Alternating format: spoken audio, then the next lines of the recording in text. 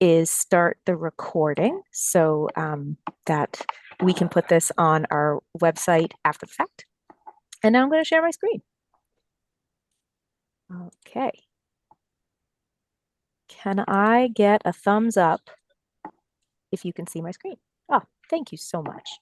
Much appreciated. Okay, so in case there's any confusion, today's presentation is going to be about the application details and process for the small capital projects workshop, small capital projects grant line for the FY27 application cycle. So we are going to cover a lot of material today. We'll just start broad with the general goals of the Commission on the Arts and Humanities, and we will continue to get more and more narrow as we progress. And hopefully we will make it all the way to tips and general advice, and hopefully have time for Q&A at the very end. If not, both my contact information and Ben's contact information will be on a slide later in the presentation, and we are happy to speak with you one-on-one, meet with you. We want your applications to be successful, so if you have any questions about the capital projects grant program, we are here to support you. So just a quick solicitation. If you are interested in learning more about the grant application process, I would encourage you to scan this QR code and apply to be a panelist for the commission. We are constantly in need of community members who are plugged into the nonprofit and the arts and humanities scenes. And it's also a great learning opportunity. So if you have any interest in serving as a panelist, this QR code will take you to our website where you can learn more and click apply if that interests you. I also want to take a moment to acknowledge that we, the Commission, we are housed on land belonging to the Nacotchtank and Piscataway peoples, the first residents of the land that we now call the District of Columbia. So we'll take a moment to consider the many legacies of violence, displacement, migration, and settlement that brings us together here today.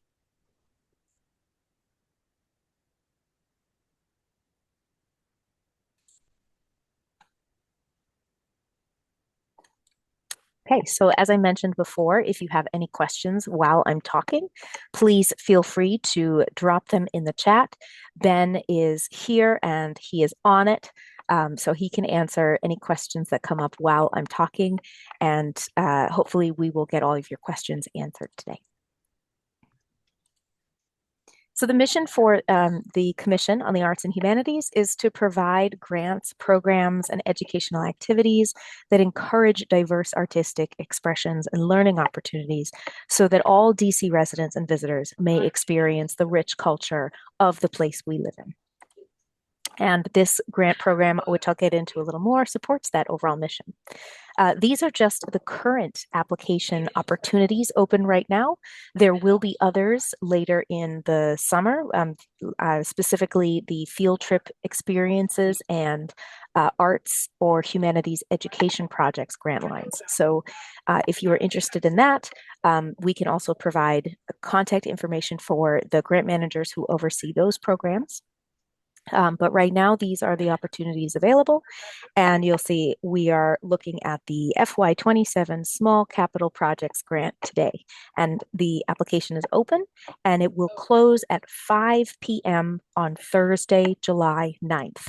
So don't wait until Thursday, July 9th to log into the system and start applying.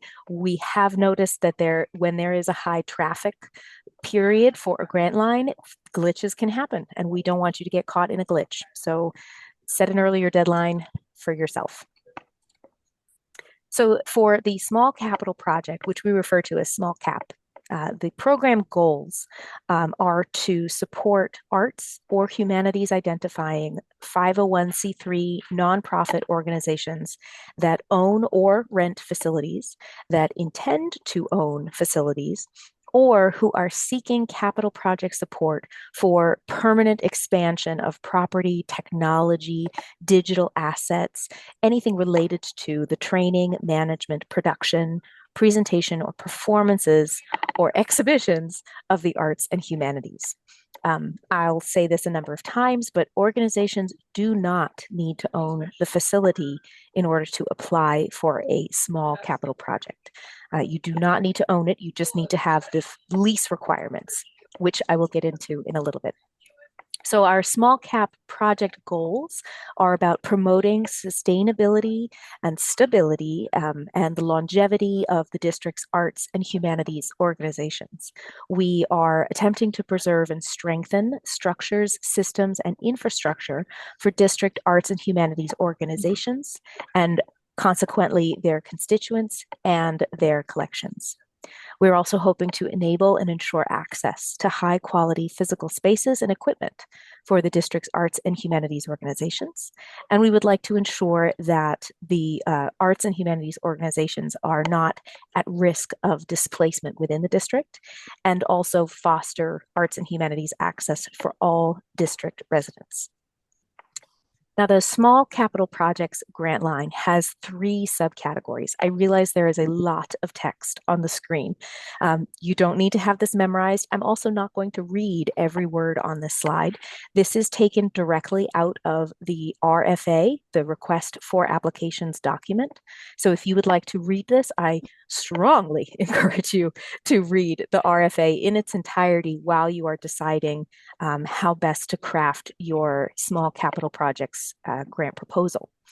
The categories are digital or planning projects, and these are for projects that don't necessarily revolve around a physical DC site for a project. So it's things like boosting the tech equipment within an organization. It's purchasing recording equipment for archival purposes. It's about developing a database as part of the organizational services that you provide to your constituents. There's also the short-term capital project and the long-term capital project. For short-term, these are improvements to physical space that could include equipment purchases. So it's anything that you can take with you should you move to a new location. So if you are upgrading the technology available to the administrative staff for your organization, everyone's getting a new laptop. It doesn't matter where your office is located, that laptop is part of the capital wealth of your organization. And the long-term capital grant project would be things that are a little more substantial. They're changes to the infrastructure of the building. So let's say you need to install a new HVAC unit, you have water damage in the basement, and you need to do repairs on the foundation, you need to fix the roof. So these are the substantial construction projects. The one extra piece for the long-term capital project grant is that you do have an option to get support in the purchase of a new facility, in which case the maximum amount that you can request in your grant application is $500,000. If you are not interested in purchasing a building, then the maximum amount for any of these categories within the small cap grant line is $250,000. I am going to get a little more into costs later, but don't be fooled by the big price tag. Just because you can request $250,000 does not always mean you should request $250. So there is some nuance to the types of award requests you make. And the nuance has to do with the matching fund requirement. So if you are looking to, so all capital projects have a match requirement over $100,000. So if you receive $95,000 for your CAP grant, there is no match requirement. But if you receive $105,000, then you are required to provide evidence of a $5,000 cash match. So you have to match every dollar over $100,000. So if you are anticipating doing a project and that project you are requesting $250,000, you will have to be able to demonstrate that you have the cash match of $150,000 available to you. So that's just something to keep in mind. So in terms of the eligibility criteria, there are a number of pieces to consider. We do require that anyone applying for the CAP grant be an arts or humanities identifying organization and be incorporated as a nonprofit. You need to demonstrate this by providing your letter of determination from the IRS. And we also ask to see your most recently completed 990. That helps us see the mission of the organization and to see where the operating expenses for the organization go, to indicate that they are, in fact, going towards arts or humanities activities. You need to be registered with and authorized to do business in the district, and you must have your physical headquarters office located in the District of Columbia, and this is subject to an on-site visit, and PO boxes are not considered acceptable headquarter addresses, so that it needs to be a DC street address. You also need to ensure that 51% of the organization's activities occur within DC, and that 100% of the grant award dollars will be used to support DC programming, inclusive of direct and indirect costs. You also need to possess the minimum lease obligation for short and long-term capital projects, respectively. For short-term capital projects, you must provide proof that you will be located in your current space for at least 1 year after the grant period. So you need to have 1 year remaining on your lease or occupancy agreement. And then for long-term capital projects, you need to demonstrate that you have at least 7 years remaining on your current lease. We also require that you have an active board of directors and that you comply with all regulatory requirements of other government agencies. I've listed a number of them below. That's usually part of the permitting process in construction projects.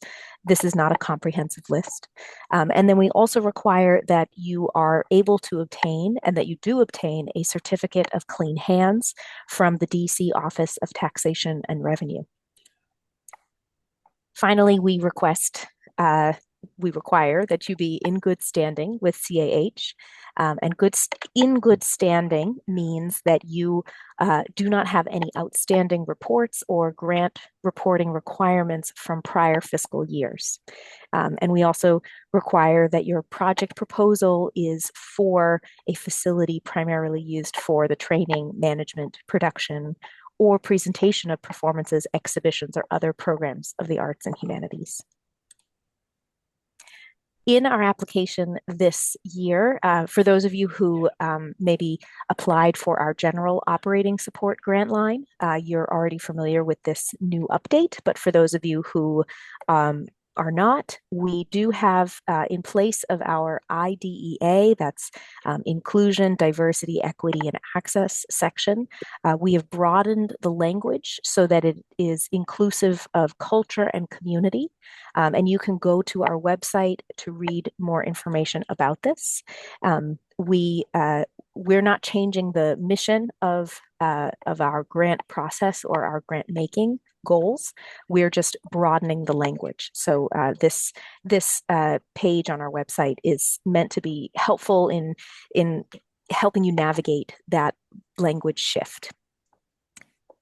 So I do strongly recommend going to this website just to read over these bullet points so that you can see how best to tailor your grant proposal narrative to addressing how you are engaging with the DC residents, how you are considering the unique cultural aspects of this region as you are putting forward your proposals, how you are highlighting DC's distinct cultural, linguistic, historical makeup, and describing the ways in which DC's unique communities will be authentically represented and positively impacted as a result of your work.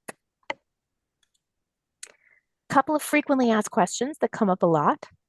The first are mortgage and rent expenses eligible for cap consideration.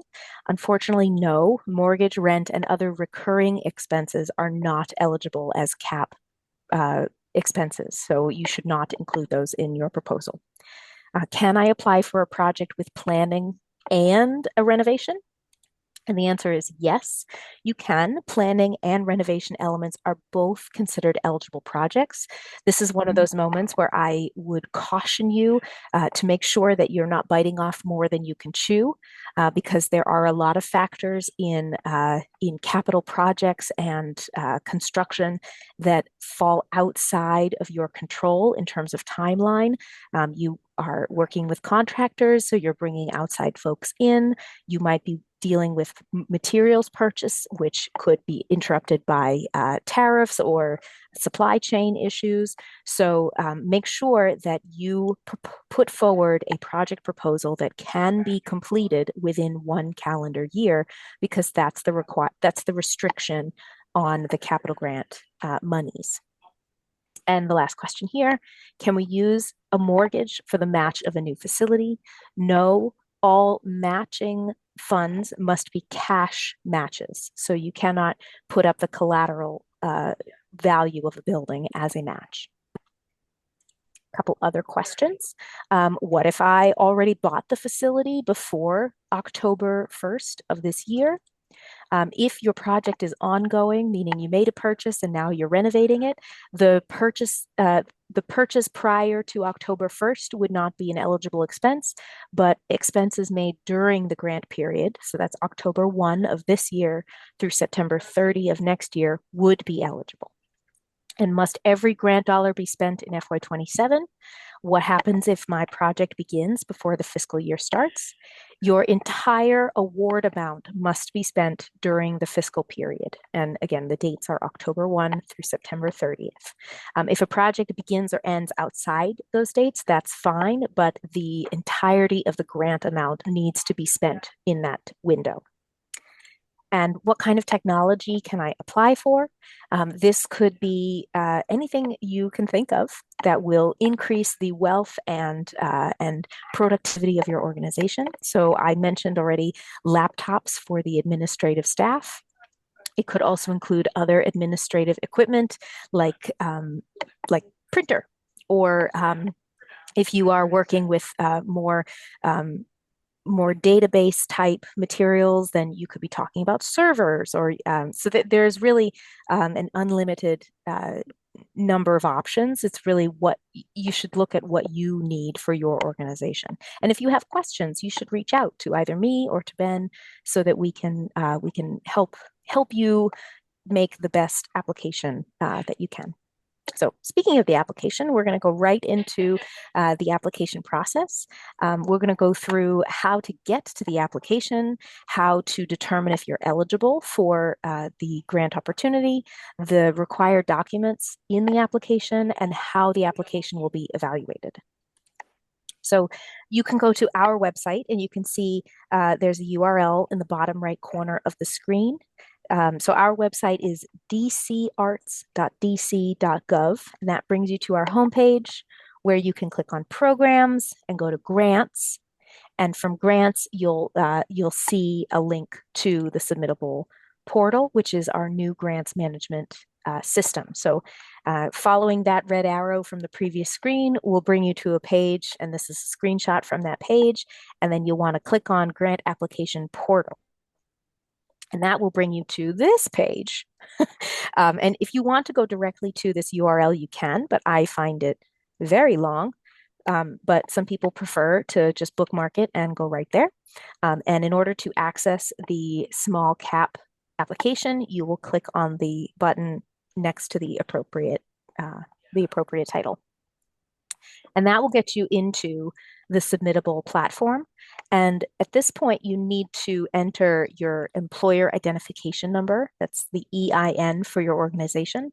And that helps attach your application to your organization's your organization's profile with Candid.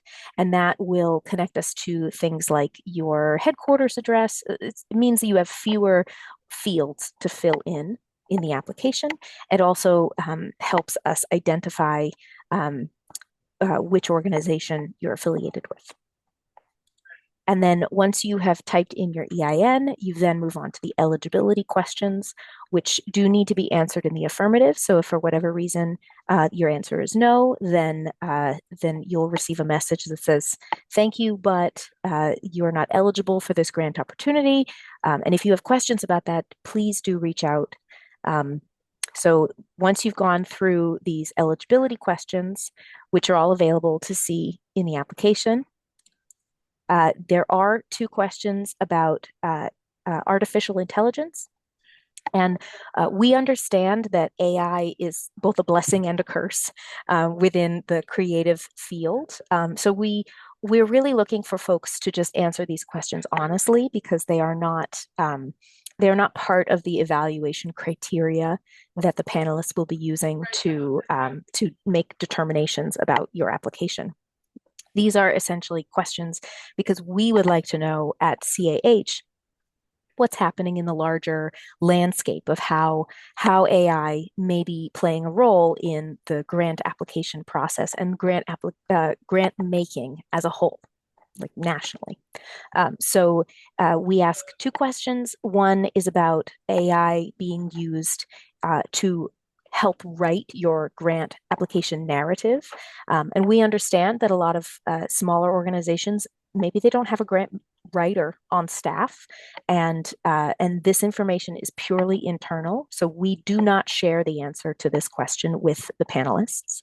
And then the second question, has AI been used in the creation of any supporting material? So this could be artists' renderings, it could be diagrams. And again, this is purely to better understand the landscape of how artificial intelligence is interacting with grant making as a whole. This question is shared with panelists during the application process, but as I mentioned, the application review criteria does not have a place to either give or take away points for the use of AI. So once you have passed by all of the eligibility questions, you've entered your organization's EIN, you have answered the AI questions, then you move into the application proper, the application itself, which has a number of different components. We do ask for an arts-focused statement for all capital project applicants, and that's just to help us understand how your mission is tied to the arts and or the humanities, because we understand that the project you're proposing is not necessarily arts or humanities based. There's not very much that's artistic about fixing flood damage to a basement, but we do understand that there is still a connection to the arts and humanities in what you do. And so this is your opportunity to kind of show us that connection. And then to go along with, to support that statement, you have the opportunity to upload support materials and work samples demonstrating what it is that your organization does and the efficacy of your work in the community. We also ask for project renderings. This could include drawings or sketches or photographs of the area in your building that you are hoping to zhuzh up, that you are trying to improve through this capital project. We also ask for resumes of the key personnel and a list of board of directors. And we ask to see a copy of your co-signed deed, lease, or MOU. Any document that indicates that you have control over the space as appropriate by either the by either the short or long-term capital projects. We do require at least one quote from potential contractors or vendors if you're purchasing equipment. We strongly recommend having 3 quotes, but only one is required. We want to see both a project budget and an organizational budget. They are 2 different components. The project budget really just outlines all of the different sources of revenue that you anticipate bringing together for this particular project, whereas the organizational budget is your overall operational revenue and expenses line items. We do like to see a number of other financial documents for the organization just to give our panelists the broadest overview of the financial health of your organization possible. And that includes a profit and loss statement, an audit for organizations that are above the $1.25 million operating budget threshold, and a balance sheet from the most recently completed fiscal year. And we also require compliance documents. These are just so that we can check all those boxes to make sure that you have met the eligibility requirements. So it's things like a certificate of clean hands, a certificate of liability insurance, the IRS letter of determination, the Form W-9, and the Form 990. So this is what the question about, this is the prompt for the arts-focused statement that you would put in your application. It's a screenshot from the application itself. This is how you tell us your connection to the arts and humanities. And support materials and work samples, I believe is the next slide. Yep. So support materials and work samples, really, there is no limit to how you tell your story. We do recommend that for work samples that you keep things brief and concentrated. So don't include multiple copies that really tell the same story. You want to, if you include two different videos, make sure they're distinctive in their messaging so that the panelists receive kind of a holistic understanding of what it is that you do. Don't submit a 200-page document as a support material. There's no guarantee that a panelist will read all 200 pages. So you want to really consolidate your support material so that it is easy for the panelists to digest, engaging so that it helps tell your story easily and quickly, and you want to make sure that you are explaining who you are and what you do in a way so that someone who has never heard of you could successfully put together a picture of what it is that the organization is all about. And if you have more questions about the work samples or the support materials, I strongly encourage you to go to our Guide to Grants document, which is available on our website. It's also on the grants page. And this has a whole index of different suggestions of types of documents that you can provide. Project renderings and quotes are very important because at the end of the day, you are trying to communicate your vision of how this project will be realized to a group of panelists who may not know anything about your organization. And so you really want to help give them both a crystal clear view of what you are proposing and also frame that crystal clear picture within the larger context of how your organization operates. So project renderings are really helpful for that. Having quotes shows the panelists that you have done your due diligence in terms of researching what things will cost, which is a sign that your budget is carefully crafted and thoughtfully worked out so that all the line items are really intentional. We also ask that you demonstrate your administrative capacity. This is where the resumes of key personnel and the list of board of directors comes in, because these are the people who will be executing this project. Or if there are contractors that you are bringing in for the project, you may want to include their names and resumes as part of the list of key personnel, because you want to demonstrate to the panelists that you have the human capacity on staff to really see this project through to its conclusion in a successful way.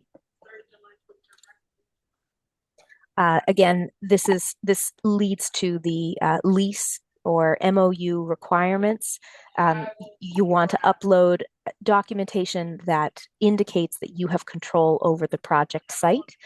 What we are concerned about at CAH is not necessarily whether you own the facility. We are just not interested in providing upgrades to a landlord that will then kick you out of the place where you operate out of. So we don't want to improve a place unless we know that it's going to improve your work and your impact on the community.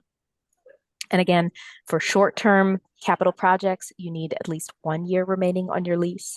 And for long-term capital projects, you need at least 7 years remaining on your lease. I'll say it again, your project budget is not the same document as your organizational budget.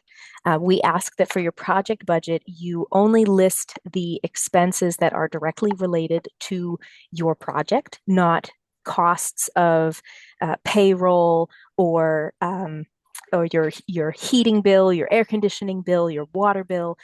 The only exception to this is either the 10% of indirect costs that you're allowed to include in the budget, or if you have a NICRA agreement, then you can have whatever that percentage of indirect costs is. In your budget, you do also need to account for the matching requirement. So if you are making a request of more than $100,000, you also need to demonstrate the sources of revenue and the expenses tied to the match amount in your budget. So please keep that in mind as you are thinking about how you will holistically frame your project inside the larger scope of your organization's work. If your request is for less than $100,000, you may provide matching information, but you are not required to.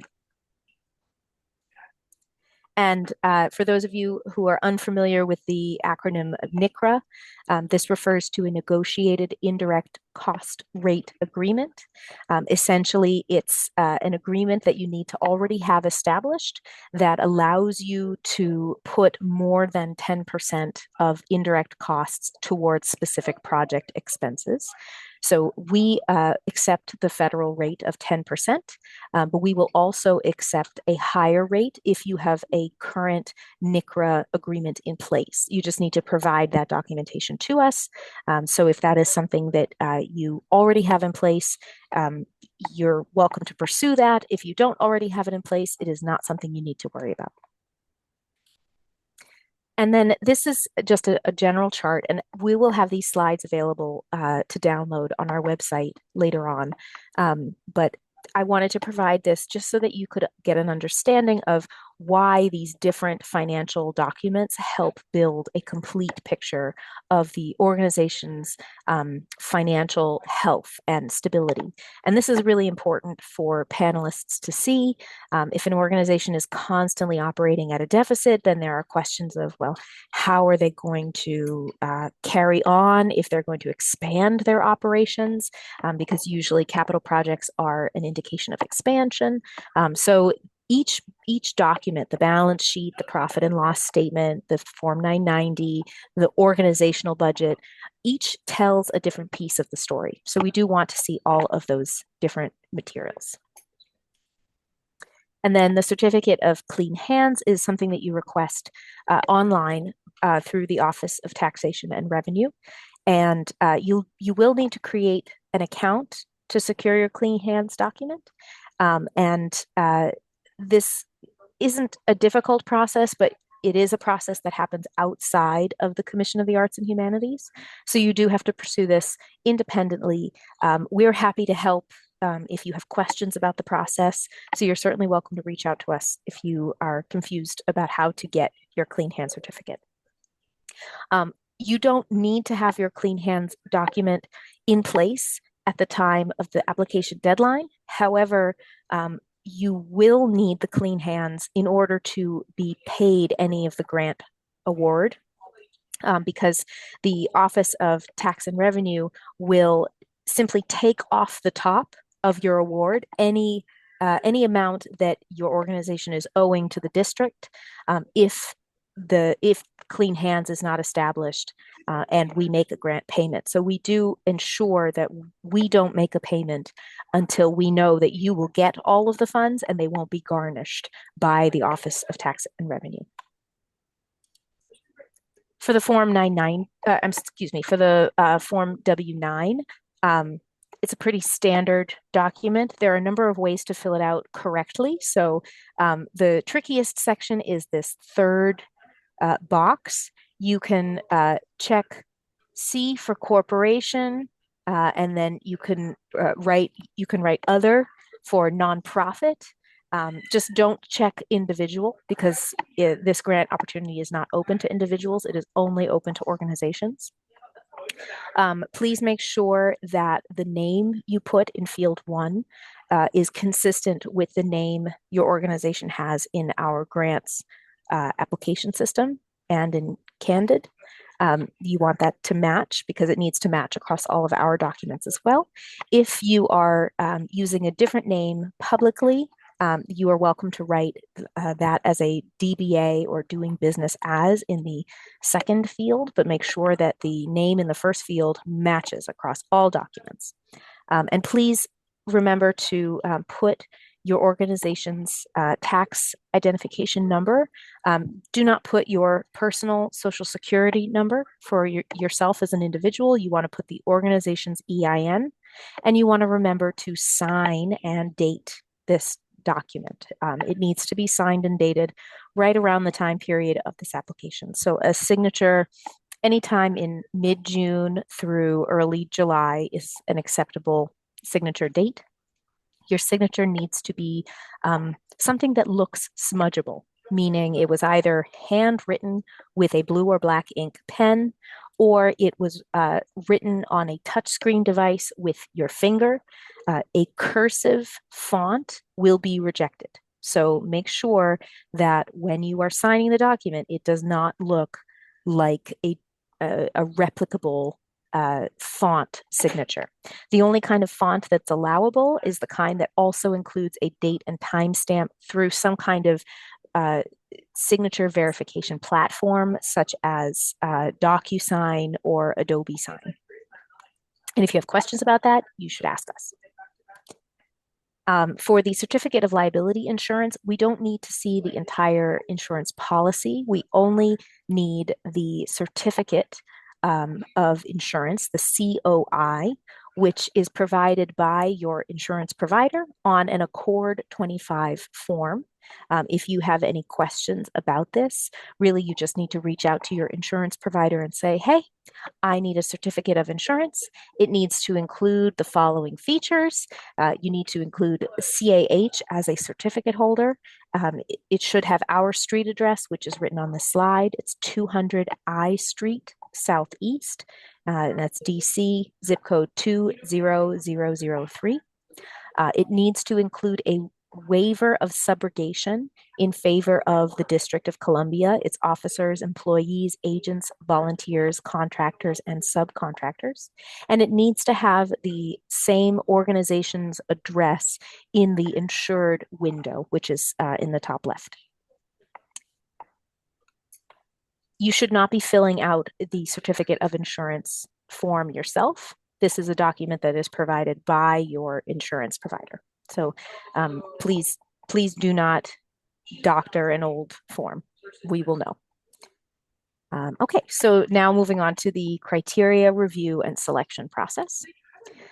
Essentially, once you submit your application, it goes through a number of phases before any awards are made.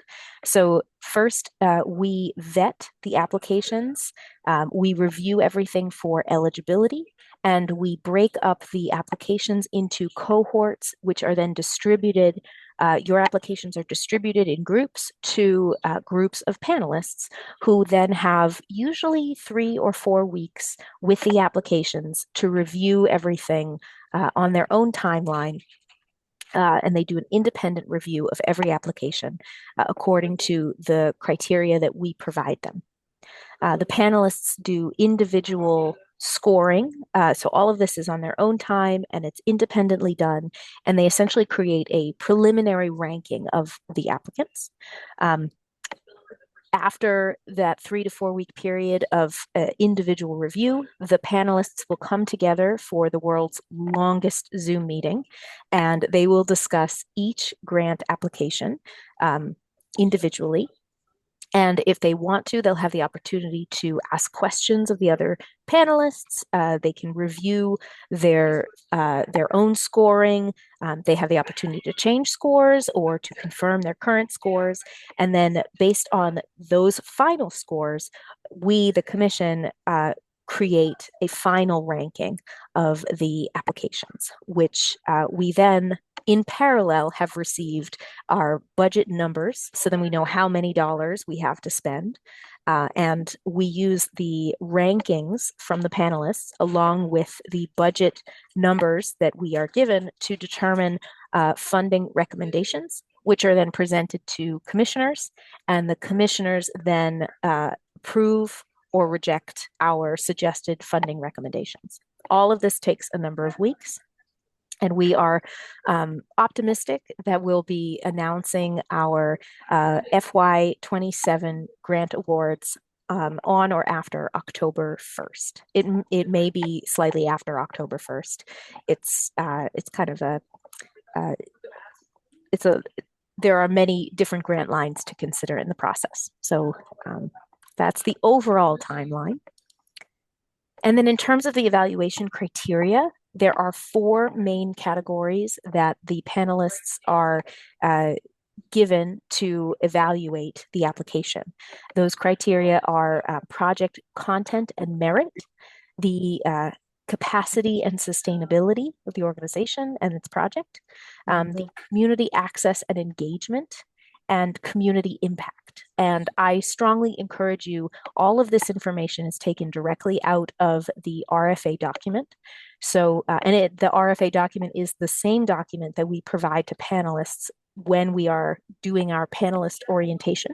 So they are using the exact same criteria that you have as your model for applying as they use for evaluating. So I strongly recommend following these criteria as they're described.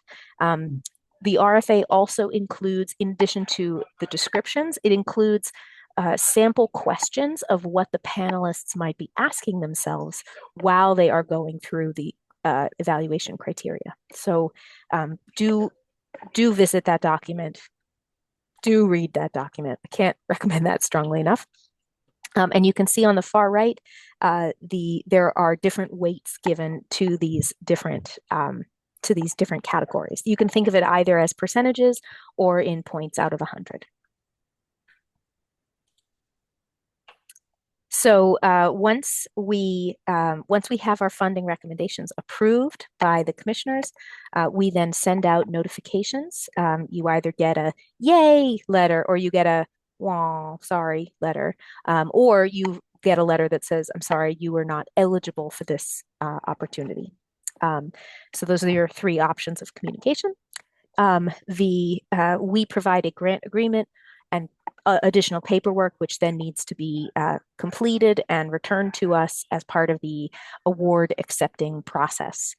We also will help folks who wish to receive payment via direct deposit with the District Integrated Financial System, that's DIFS, sign up process.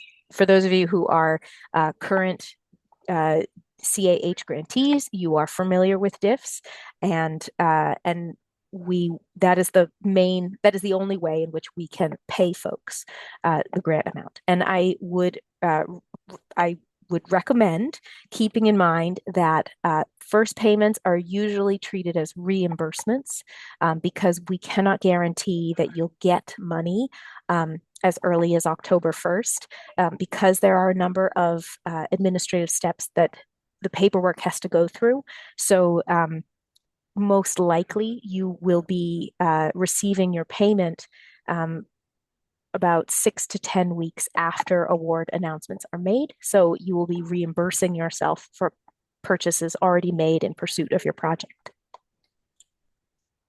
Throughout the grant period from October 1 through September 30, there are monitoring requirements for all capital project grant recipients.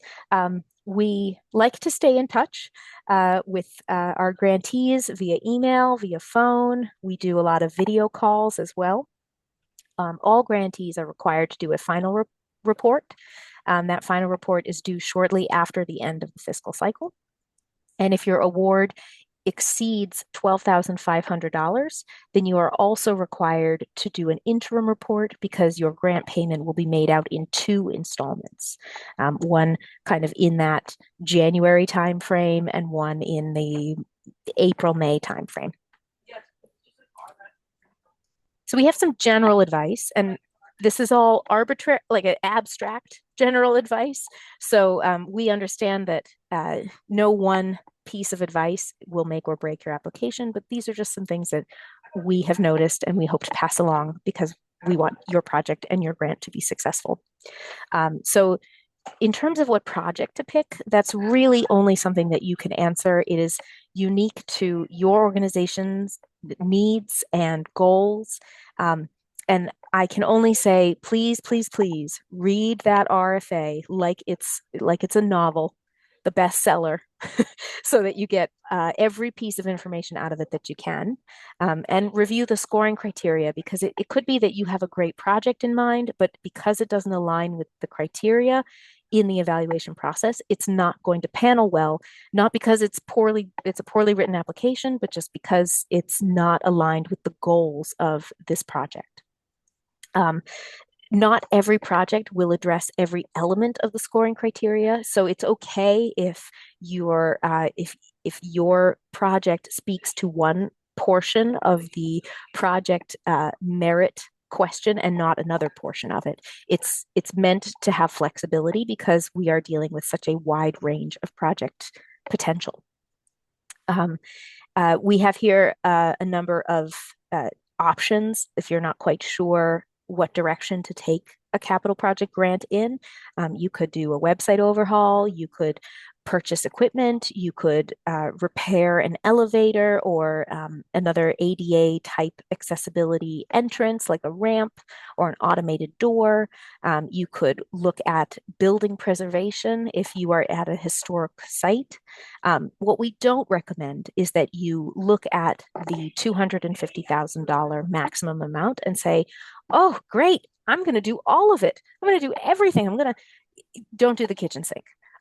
You should really pick a project, define the parameters of that project, and then work within those parameters.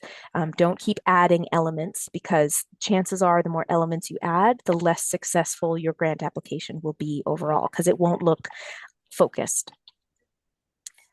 You also want to keep all of these elements in mind if you are purchasing a facility, if you are maybe you're not quite at the breaking ground stage, but you would like to do a feasibility study. So you want to look into planning funds so that you could hire a contractor to develop an in-depth quote for a future project. You might be interested in doing a cost analysis of a future project. That would be a good use for capital project money as well. Major renovations, but again, define your parameters before you grab that pickaxe and just go to town because it can get complicated very quickly. And again, with digital projects, you also want to define the project very clearly so that your panelists, the people who are evaluating your application, they have a clear understanding of what it is you are trying to accomplish in a non-tangible project. I also just want to make a quick note. Recurring expenses do also occur in the digital realm. So if you are hoping to use capital project grant funds to pay for subscriptions, please know that they are not allowable costs. So an argument could be made for, oh, we needed a subscription to ChatGPT because we're developing an AI tool. But then what happens after the grant period ends? The grant funds are no longer available to cover that subscription cost. Now the organization has been placed in a situation where they have increased operating expenses and they can't function without that subscription. So do keep in mind that any subscription or recurring type costs are kind of a red flag for us, and we do follow up on those. So keeping in mind for your budget, it does take about 10 weeks for the first payment of an award to be made. So you want to keep that in mind when you are thinking about project expenses, when you are developing contracts with developers or contractors, so that the payment schedule is something that everyone is on the same page about right from day one. And keep in mind that grant awards that are over $12,500 are paid out in 2 installments. And you have to demonstrate that you have paid the first half of the expenses, or I'm sorry, you have to demonstrate that you have paid the first payment's worth of the award in order to receive the second payment. So keep that in mind.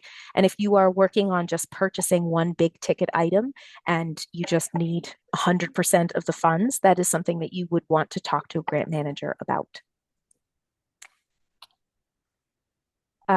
Application tips. Again, we know that it is tempting to say, I would like to ask for $250,000, but do resist the lure of a big dollar sign. Projects are not considered more or less valuable based on the dollar amount of the request. So make sure that whatever dollars you are requesting, that those dollars can be substantiated by the quotes that you have provided, by the labor costs of the work that needs to be done within the parameters of the project that you're asking for. And do remember your audience. The panel will be looking at a variety of projects. I mean, it really spans the gamut. We don't compare one project to another. This is a competitive but not a comparative process. And we do try to arrange cohorts by organizational budget size so that like impact can be kind of seen from one application to the next. But you want to describe your application as if your reader has no idea what it is that you do or what you are intending to do with this project. So give it a broad overview and also give it a detailed timeline and expenses. The timeline is an especially important piece. If you can think about how you will problem solve if a potential situation comes up. Maybe it's worth mentioning, oh, should we need more time? Here's our contingency plan. Those kinds of elements really show the panelists that you are thinking about this from a project management perspective and that you are intending to see I was just like, to its fruition. For your attachments and work samples, keep things brief, keep things concentrated and concise. Please make sure all your documents open. That's very important. And please do not upload like a Word document or a PDF document that has links for the panelists to click on, because panelists are not required to leave what we call the four corners of the application. So any materials that you add that direct them outside to, say, your organization's website or your social media feed, they will not be obligated to click on it. And so there's no guarantee that someone will read it. So make sure that if you want to include material that people will look at, it needs to be in some kind of still photo-esque, like a PDF document or PNG, JPEG file, so that it can be viewed right in the application. Let's see if I missed anything. And I mentioned this, I think, on slide 1. Make sure that you don't wait until the deadline to upload your materials, because you don't want to run into a technical glitch with submittable at the last second. We have found that switching to this new grant management platform has been a much better user experience for our grantees overall. So we are encouraged by that, but no need to tempt fate. Still apply early.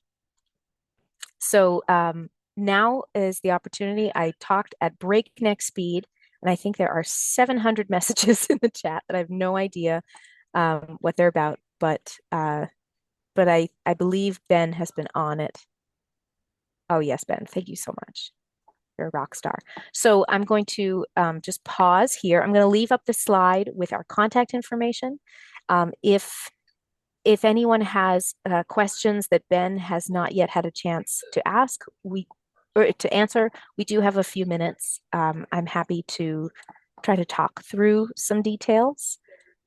So if you have a question, feel free to come off mute and go ahead and ask. Hey, Shari, this is Dior. Can you hear me? Hi, Dior. Yes, I can. I wanted to ask about like hiring folks when it comes to like maybe the digital aspect. Like, for instance, if we need an IT manager, can we like prepay for their year of working with us? That's a great question, Okay. and the answer is no, because Oh, that would be a salary, oh, and salaries are not considered allowable costs for capital projects. You can put up to 25% of an award towards the administrative personnel hmm. element in a project. So that's more like whatever staff member is managing a project. Gotcha. Thank you so much for that. Other Of thing, course. and I'm gonna let somebody else go. Thank you. We've been subsequently getting this grant, thank goodness, working hard with our project. It is an ongoing project. Are we discouraged if we still need funding for that project? Because, we're not at the space to where we're able to gather enough funds to do the matching part of it yet. And so if we submit like a new layer to our project, is that okay? Yes, in fact, Okay. you would not be you can't apply for the same exact project again. Okay. So it would in fact need to be a different, which is why it's so important to define the scope of the work so Okay. that you can articulate how it is unique and different and not yet done. Because what we can't do with the capital project grant line is fund projects continually because that then becomes operating costs. Okay. Thank you so much. Of course. Thank you.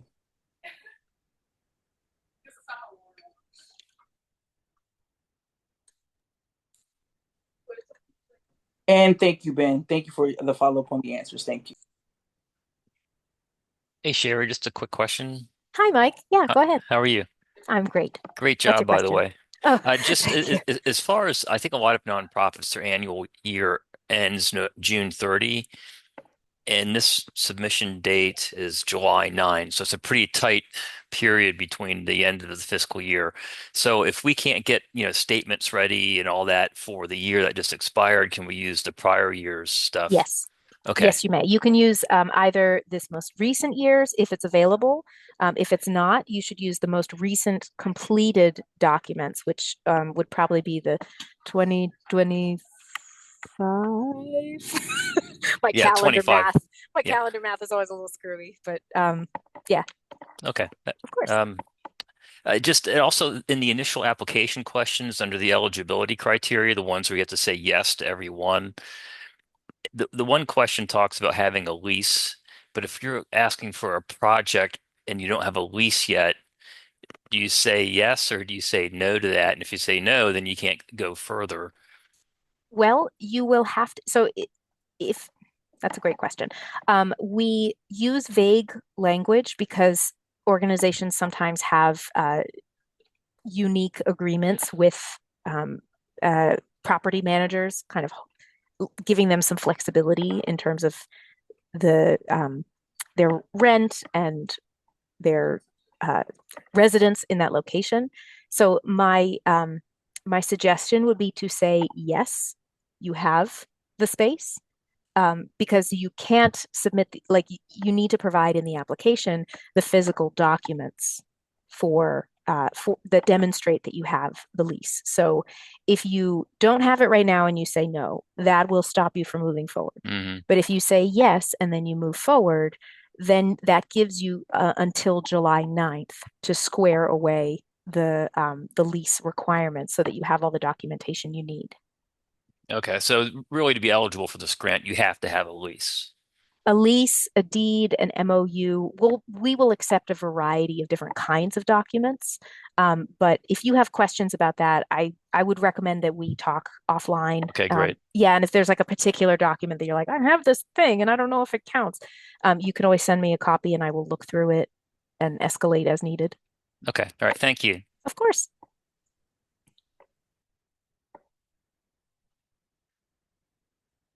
All right. Are there questions that I have not looked at the chat because Ben is a superhero and it looks like he's got everything covered. I'm so impressed. Does anyone have any last questions?